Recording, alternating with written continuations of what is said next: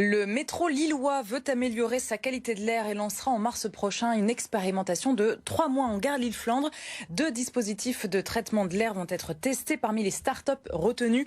Bioteos, basé à Willem dans la métropole lilloise. Romain Baheux, président et cofondateur, est notre invité ce soir. Bonsoir, merci beaucoup d'être avec nous. Alors, avant de revenir bien sûr en détail sur votre technologie baptisée Oxylone, pourquoi purifier l'air de la station gare Lille-Flandre? Quel constat a été fait?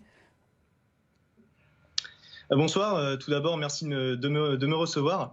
Alors quel constat a été fait? Un constat assez alarmant malheureusement, celui que 9 millions de personnes meurent uniquement à cause de l'air qu'ils respirent chaque année. Voilà, pour vous donner un ordre d'idée, c'est comme si la ville de Lille disparaissait tous les 10 jours. Voilà, c'est assez énorme. Bon, ça c'est pour vous faire peur, mais ne vous inquiétez pas, nous chez Bioteos, on est persuadés en fait que la nature a la solution et ce sont les microalgues. Alors, je vous parle de microalgues, mais concrètement, qu'est-ce que c'est? On va vraiment la faire très très simple. C'est ce qu'il y a dans ce bécher. Voilà, c'est pas du jus détox, c'est pas du Morito. On a souvent ces remarques-là.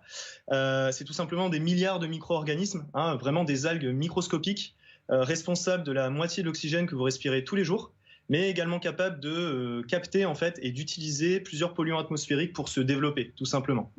Alors, pourquoi Lille-Flandre? Alors vous parlez de la pollution de l'air, on l'entend bien, mais c'est la même chose sous terre du coup pour le métro lillois et en l'occurrence là à la gare Lille-Flandre? Alors ça, on n'en sait rien concrètement. Je sais qu'il y a eu des expérimentations de fait. Nous, derrière, on a approché la MEL. Pourquoi? Parce qu'en fait, notre technologie nous permet de s'insérer dans des milieux souterrains assez facilement et dans des milieux, pourquoi pas, je ne sais pas si c'est pollué ou quoi. C'est vrai qu'on n'a pas eu accès aux études ni aux relevés.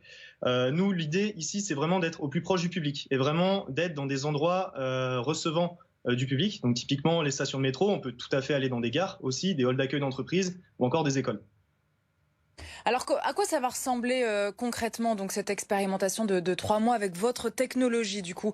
Ce sera des formes de robots qui seront installés un peu partout. Ça va ressembler à quoi? Vous pouvez nous éclairer et nous expliquer très concrètement? Oui, tout à fait. Alors en fait, nous, notre technologie s'insère dans une colonne très simple d'installation, donc qui ressemble à ça, à peu près. Je ne sais pas si vous voyez à l'écran. Donc c'est quelque chose d'assez compact. On est sur 2,30 m de haut et 80 cm de diamètre, donc c'est compact sans trop l'être non plus. Derrière, ce qui va se passer, c'est qu'on va passer par une société nationale qui s'appelle Atmo Hauts-de-France, une association, pardon, qui est chargée de mesurer en fait l'air. Ce qui va se passer, c'est qu'il va y avoir 2 semaines sans notre module. Donc en fait, pendant 2 semaines, Atmo Hauts-de-France va mesurer la qualité de l'air du métro, sans nous. Derrière, nous, on va installer notre module pour 2 mois d'expérimentation. Et par la suite, nous allons arrêter notre module, nous allons l'enlever. Et Atmo réalisera encore 2 semaines de mesure pour voir un peu en fait notre efficacité tout simplement dans le métro. Et ça fonctionne réellement? Vous avez d'autres exemples ailleurs, dans d'autres métros peut-être français ou ailleurs en France, ça fonctionne? Alors, on est les premiers à insérer ce type de technologie, donc utilisant des microalgues au sein d'un métro. Derrière, pour les tests d'efficacité, on a vraiment testé ça en enceinte contrôlée, quelque chose, une cage avec un environnement complètement contrôlé. Derrière, ça ne représente pas forcément la réalité. Donc nous, on a eu justement une efficacité assez importante sur différents types de polluants ou encore des particules fines. L'idée ici maintenant, c'est vraiment de se confronter au terrain et de voir vraiment la véritable efficacité de notre module en fait. Et est-ce que les voyageurs d'Ilévia, les usagers du quotidien du métro lillois vont s'en rendre compte du coup de cette expérimentation? On espère.